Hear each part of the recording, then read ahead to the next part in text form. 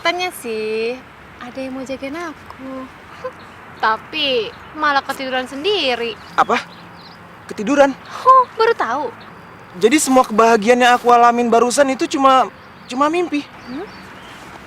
Lisa, demi Tuhan ya, aku nggak bisa menggambarkan kebahagiaan aku tadi ke kamu. Itu sangat indah dan Kamu mimpiin memadu kasih sama aku ya? eh, iya sih. Enggak, guys. Semalam tuh aku kecapean karena memadamkan api, jadi aku ketiduran. Masih ada api yang harus kita padamkan di keluarga kita, yaitu api permusuhan antara keluarga kita yang sudah lama berlangsung selama puluhan tahun. Liza, jangan itu lagi dong, please. Lihat aku. Aku mau pagi ini disambut dengan kata-kata yang mesra dan halus dari kamu buat aku. Aku gak mau bicarakan masalah basi itu lagi. Itu masih jauh ke depan. Bukannya masa depan itu semuanya harus dipikirin sekarang. Apa yang kita lakukan sekarang itu cuma langkah kecil untuk masa depan kita. Kalau kita bisa menyelesaikan semuanya, baru aku bilang, selamat pagi sayang, setiap hari. Liza, kamu tahu, aku sudah lama menunggu kata-kata itu keluar dari bibir kamu. Dan aku akan membuat kamu mengucapkan kata-kata itu terus. Nyonya Nurhaliza, Romi Bramantyo. Dan kamu tahu, aku akan membuat kamu menjadi istri yang sempurna. Kamu mau kan? Udah, pergi sana. Kenapa pergi? Ambil mobil, kamu tuh parkirnya terlalu jauh. Aku harus pergi sekarang. Oh enggak, tahun depan aja. Tapi kamu gak mau mencium suami kamu yang tercinta ini? Ya, tungguin ya.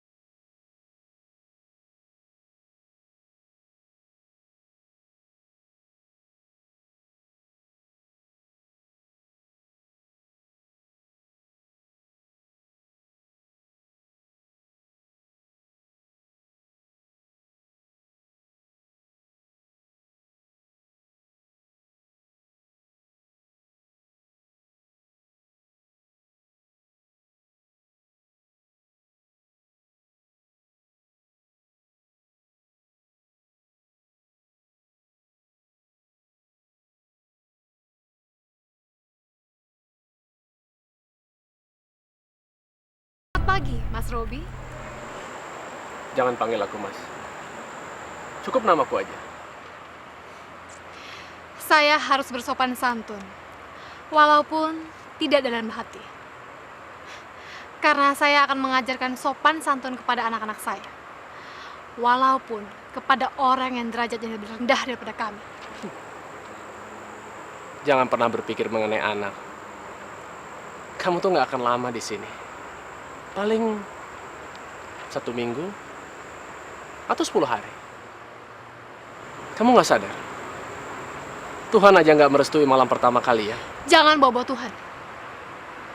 Kemesraan antara saya dan Romi terganggu karena ada orang jahat. Mana mungkin tiba-tiba instal kuda terbakar. Kita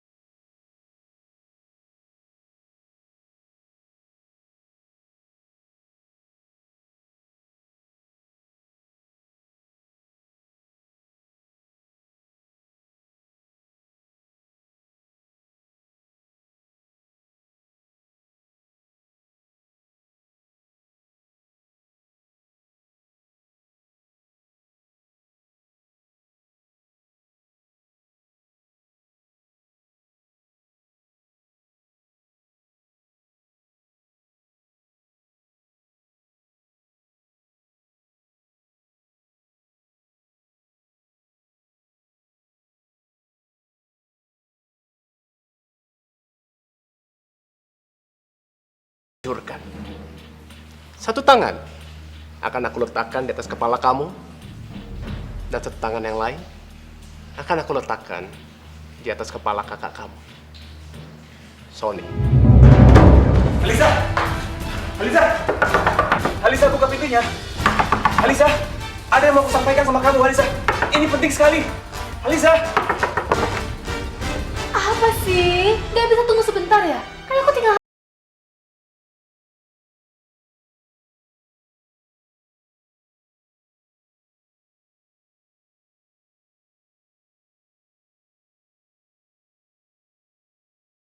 Harusnya kamu aja yang gak boleh mandi sendirian. Udah sono, mandi aja sama dokternya sekalian.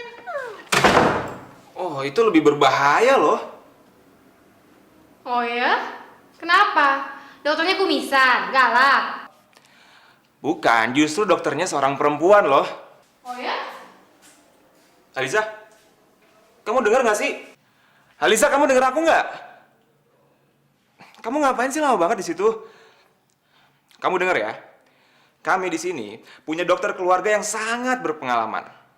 Apalagi servisnya sangat memuaskan loh.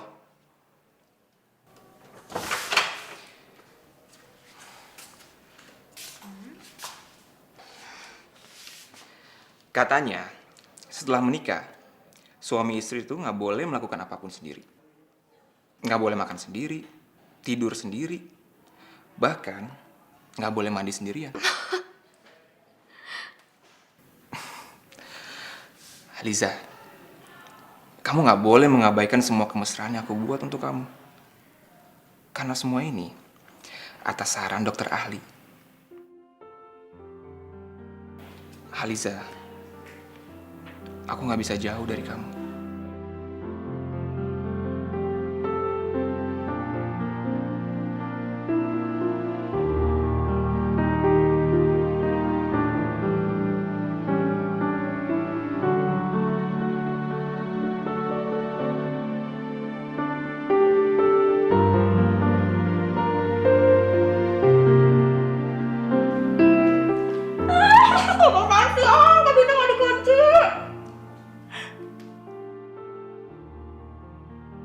Opi, kalau masuk kamar tuh ketok pintu dulu dong.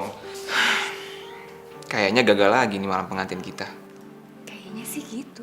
Tapi Om, ini kan udah pagi, udah siang tuh malahan. Dari malam pertama kita selalu gagal. Tapi kamu jangan khawatir sayang. Masih ada hari esok. Dan besoknya lagi. Ya. Udah sana man ya? Ya, oke. Ada apa sih sayang? Tante, kata Mama, ini hari pertama Tante memasak di rumah kami. Oh iya. Aduh. Terus terang sih ya, Tante sih deg-degan banget. Abis nggak tahu sih gimana orang-orang di sini makannya. Tante, kalau kita nggak nyoba, kita nggak akan pernah tahu. Bener juga sih. Temenin yuk. Oh, jadi Tante pertama kali ketemu sama Om Romi itu di Jakarta, bukan di Los Angeles. Waktu SMA, kami sih satu sekolah. Nah, waktu kuliah juga sama-sama di UNAN, cuman bedanya om kamu ambil bisnis manajemen, tante sastra Rusia. Waktu ada teater kampus, tante terpilih menjadi pemeran wanitanya. Terus Tante?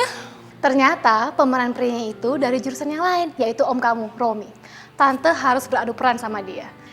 Judulnya itu Pinangan, karya Anton Chekhov. Dia jadi bujangan tua, Tante jadi perawan tua.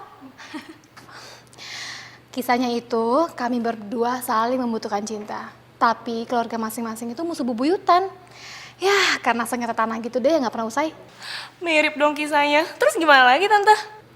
Terus ya kita sering ketemu, terus latihan bareng. Ya pokoknya intensitas ketemunya tinggi deh. Tante jatuh cinta. Salah. Om kamu tuh yang ngejar-ngejar tante. Karena dia tahu sutradaranya itu naksir sama tante. Wow. Tapi sih tante jujur aja, tante juga suka sama om kamu. Habis dia paling ganteng sih. Ya, suami sendiri. Jelaslah dipuji. Serius, tante itu menangin dia di antara 5 cewek yang lain. Banyak loh yang suka sama dia. Tapi Tante benar-benar cinta kan sama Om Romi? Sangat. Tante tahu kalau Om Romi itu adalah anak dari Indra Bramantio, dan Om Romi tahu nggak kalau Tante itu adalah keponakan dari Sultan Makmur. Dua keluarga yang sangat sulit untuk berdamai. Kamu tahu, Opi, cinta itu tidak mengenal silsilah atau apapun namanya. Kami sengaja tidak pernah menyebutkan nama keluarga kami masing-masing. Terus terang, Tante sama Om Romi merahasiakan hubungan kami dari keluarga Bramantio dan Sultan Makmur. Sampai saat perpisahan terjadi. Om Robi yang memisahkan atau Papa Indra? Romi melanjutkan kuliah di University of California, Los Angeles, Anderson School of Management. Tanpa sepengetahuan orang tua kami tetap berhubungan. Sampai masalah besar itu terjadi. Mama Sultan Makmur menjodohkan Tante sama laki-laki yang Tante tidak sukai. Dan Romi Tante kasih tahu. Dan Om Romi datang dari LA langsung bawa lari Tante kan? Bener. Dan kami dinikahkan oleh ayah kandung Tante yang sudah lama bercerai dari ibu Tante. Tindakan yang emosional biasanya cenderung menimbulkan tindakan yang bodoh. Akibatnya bisa menyusahkan banyak orang. Ini bukan kebodohan Tante Lisa, ini romantika hidup. Sebagai mempelai yang dijodohkan tanpa cinta, Tante Nurhaliza seperti terjebak dalam situasi yang buruk. Tapi Om Romi telah menyelamatkannya dan membawanya ke sini. Wow, benar dalam dongeng ya. Iya, tapi membutuhkan waktu yang lama untuk menentukan ending ceritanya. Tante Lisa kok ngomongnya gitu sih? Opi, Tante Lisa kan jauh lebih berpengalaman daripada kamu. Oke, diskusi ini kita lanjutkan di meja makan ya. Soalnya panekuk saya sudah siap. Dan ini harus dihidangkan di meja untuk Papa. Sana pergi.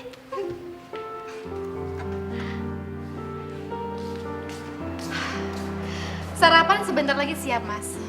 Mudah-mudahan panekuk buatan saya tidak mengecewakan Mas. Gimana? Mas mau saya siapkan teh atau kopi?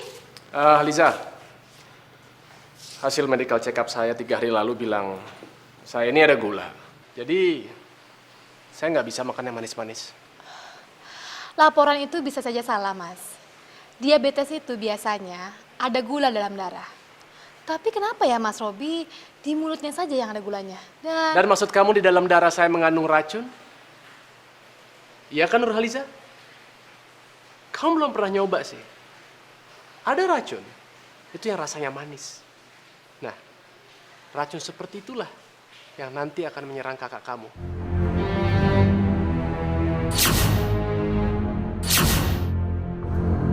Lebih baik kamu suruh kakak kamu untuk check up. Mungkin saja dia ada diabetes. Dan penyakit itu semakin lama akan semakin parah. Apalagi kalau kamu masih tinggal di rumah ini. Mas Robi, jauh sebelum saya masuk ke rumah ini, Mas Robi tidak pernah berhenti mengalirkan racun. Kalau menurut Mas Robi, racun itu rasanya manis. Kenapa tidak Mas Robi biarkan ada manisan baru yang datang ke dalam kehidupan Mas Robi? Robi, kamu nggak makan makanan buatan Halisa? Mama kan tahu, aku nggak bisa makan yang manis-manis. Biar nanti aku makan di luar aja. Robi, Mama minta kamu sarapan di rumah. Halisa, buatkan minuman buat kakakmu.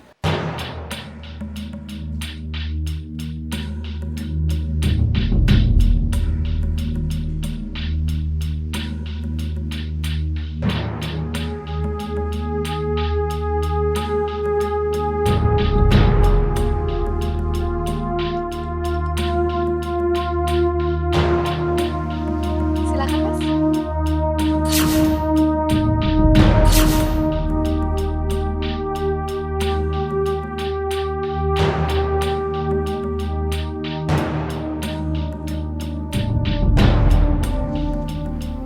Baik, Ma.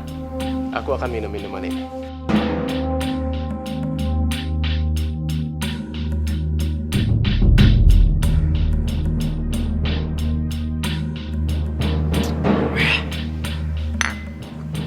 Kemanisan.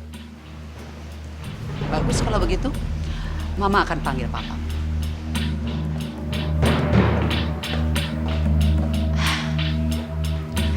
Terima kasih Mas Robi. Saya anggap Mas Robi sudah merestui saya. Kamu dengar? Aku akan merestui kamu dengan 2 tanganku. tangan yang mempunyai kuasa untuk menghancurkan.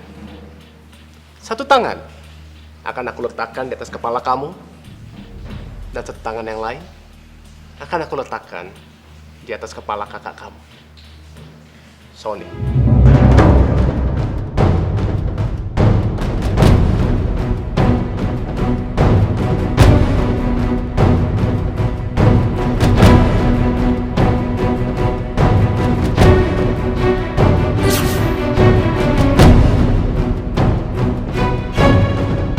Saya akan bantu kamu untuk mengirimkan makanan busuk ke rumahmu. Saya janji.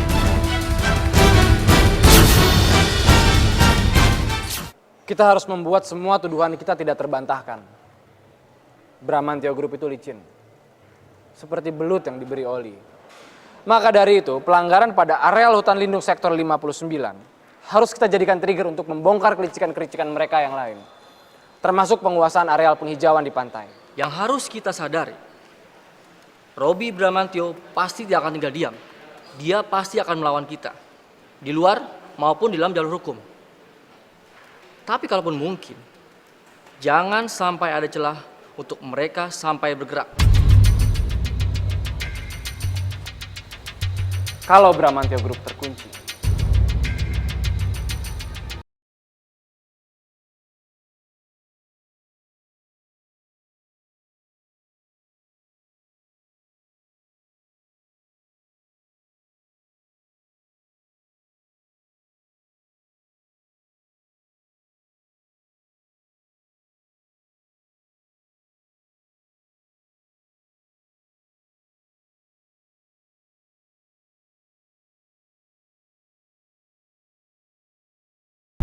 Dimakan masakan mantunya.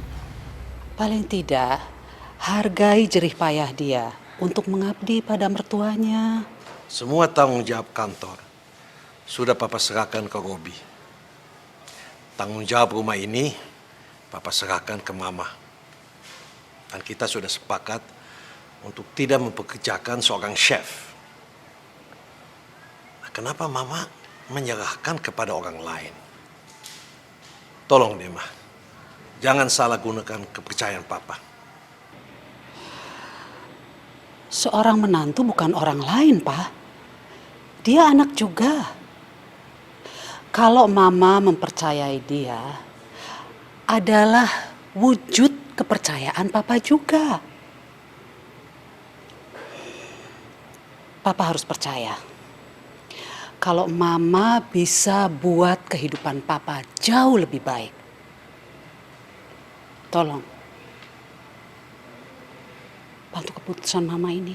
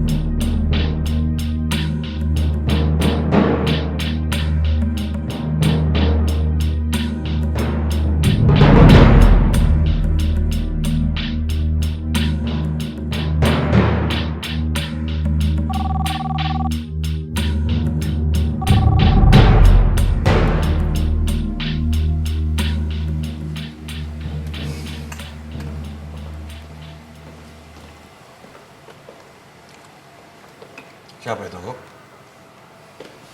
Hari ini Nurhaliza meminta doa restu. Mudah-mudahan ini adalah kabar baik untuk dia. Dari Steven, Pak. Dia sepertinya sedang ketakutan. Seperti ada gempa besar di kantor kita. Ya, halo, Steven. Pemerintah daerah berusaha untuk menyegel pabrik milik Bapak. Mereka mendapat dukungan penuh seluruh elemen, termasuk beberapa LSM, Pak. Sepertinya mau perang besar, Pak. Terus terang, kami takut ini, Pak. Tidak perlu takut, Stephen. Kalau mereka berusaha keras untuk menyegel pabrik kita, kalian juga harus berusaha keras untuk menolak segala tuduhan Pemda. Lakukan perlawanan hukum. Kalau Pak Stephen tidak mampu mengontrol rasa takut, saya harus segera mencari orang yang paling tepat untuk menggantikan posisi Pak Stephen. Ngerti? Baik, Pak.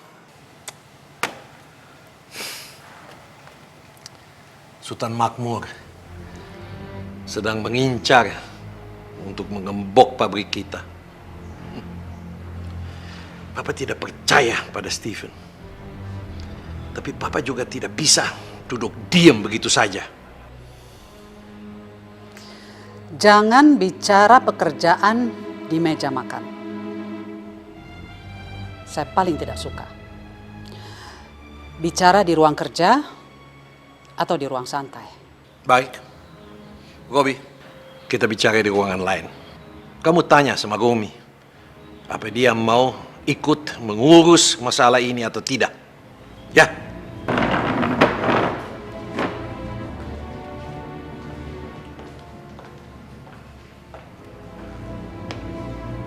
Kamu tadi dengarkan? Papa bilang apa? Adikku.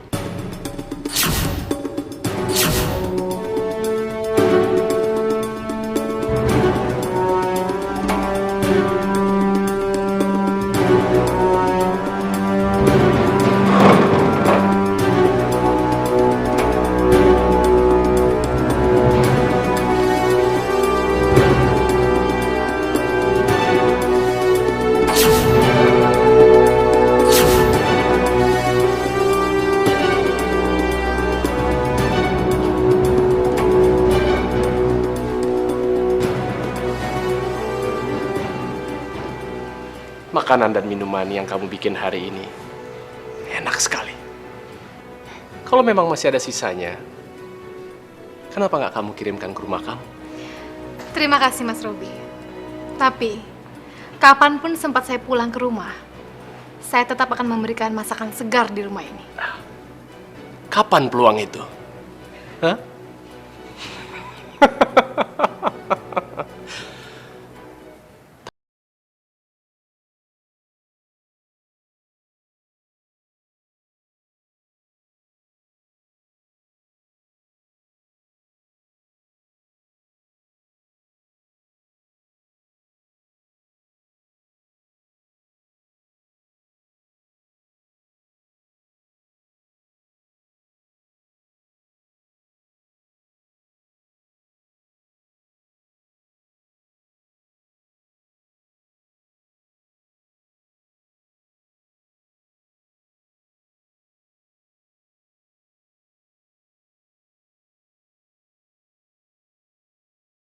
Kamu sudah jadi istri Romi, tapi bukan berarti kamu harus melupakan rumahmu kan? Apalagi kamu tahu bahwa dua keluarga ini hubungannya tidak seperti hubungan keluarga-keluarga yang lain. Permusuhan ini harus segera diakhiri. Baik, Ma. Oh ya, nanti kamu temani Mama ya, beli sesuatu sebelum kamu pulang. Rasanya kok aneh kalau mantu Mama pulang nggak bawa sesuatu dengan tangan kosong itu, ya?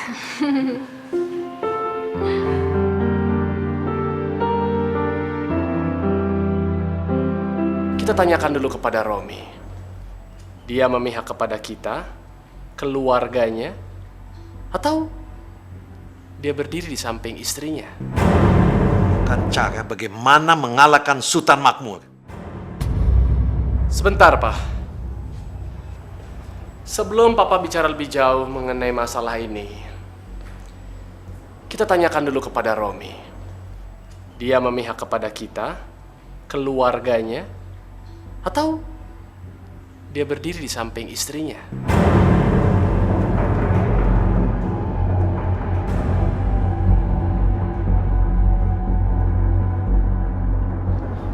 Apa maksudnya, Mas?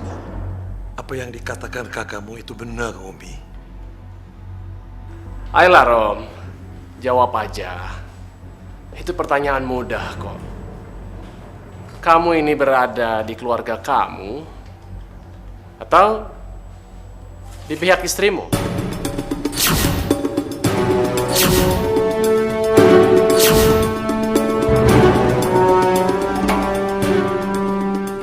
Kenapa kamu diam aja?